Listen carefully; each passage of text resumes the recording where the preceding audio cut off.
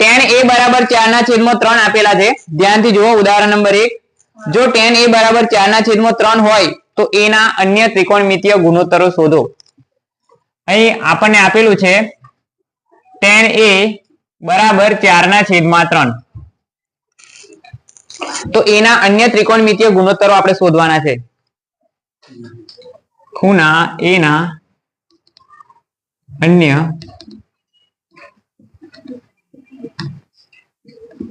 ત્રિકોણમિતીય ગુણોત્તરો શોધો.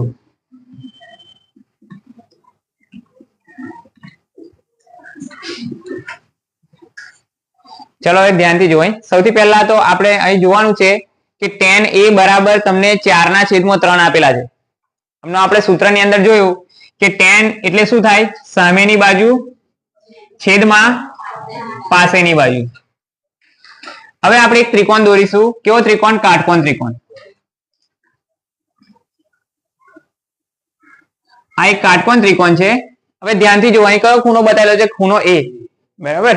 એટલે અહીં ખૂણા a થી આપણે નજર કરવાની છે એ રીતે. બરાબર. a આને કહી દઈએ b અને આને કહીશું c. આ એક કાટકોણ ત્રિકોણ abc આપેલો છે. હવે કાલે આપણે વાત કરી એ પ્રમાણે જો આપણે અહીંયાથી નજર કરવાની હોય તો અહીંથી આ એની કઈ બાજુ થાય? હા, સૌથી પહેલા તો આપણે કર્ણ લખી દેવાનું. કાટખૂણો છે એની સામેની જે બાજુ હોય એને આપણે શું કહીએ છીએ? કર્ણ. અથવા તો જોઈને ખબર પડી જાય મોટી બાજુ. બરાબર. આ કઈ એની બાજુ થશે? સામેની બાજુ. અને અહીંથી આ એની કઈ બાજુ? પાસેની બાજુ. ક્લિયર? હવે જુઓ, સામેની બાજુ આપેલી છે 4. દેખાય છે ને? જો સામેની બાજુ 4 અને પાસેની બાજુ 3. એટલે સામેની બાજુનું માપ જે છે તે આપણે લખી દઈશું 4 અને પાસેની બાજુનું માપ લખી દઈશું આપણે 3. એટલે આપણે આ જે કર્ણ છે એ કર્ણનું માપ શોધવાનું બાકી રહેશે. તો એ આપણે પાયથાગોરસના પ્રમેયનો ઉપયોગ કરીશું. તો લખવાનું પાયથાગોરસના પ્રમેય મુજબ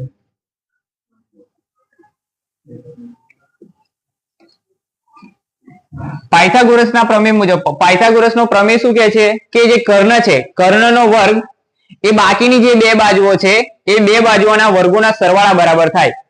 એટલે કે કર્ણ શું છે? અહીંયા AC કર્ણ છે ને, તો આપણે લખી શકીએ કર્ણનો વર્ગ એટલે કે AC નો વર્ગ બરાબર બાકીની બે બાજુઓ કઈ? એક AB અને બીજી BC.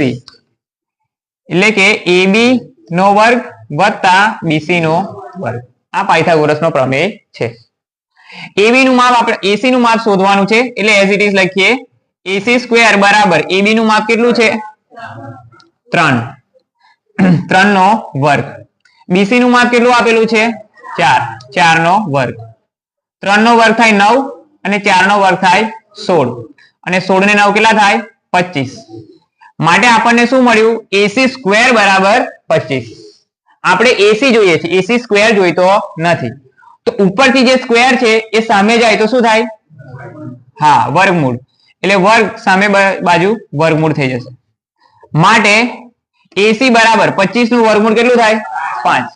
AC નું માપ આપણને કેટલું મળે? 5 મળે. બરાબર. હવે બધી બાજુનું માપ આપણને મળી ગયું.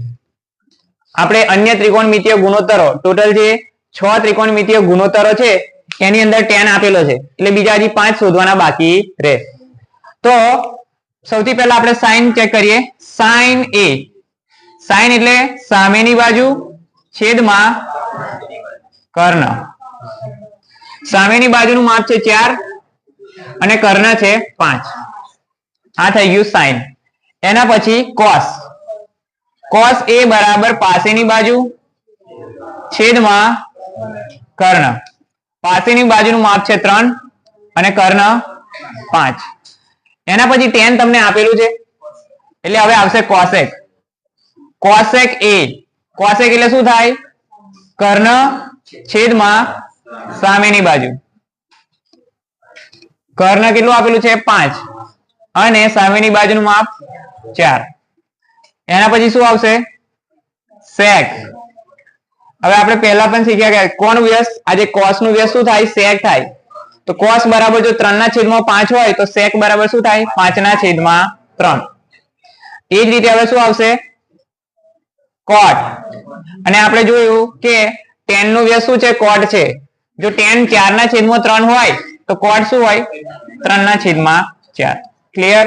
આ દાખલો મોસ્ટ આઈએમપી છે બોર્ડની પરીક્ષા માટે. વિભાગ બી ની અંદર 2 માર્ક્સની અંદર આ પ્રશ્ન પૂછાય.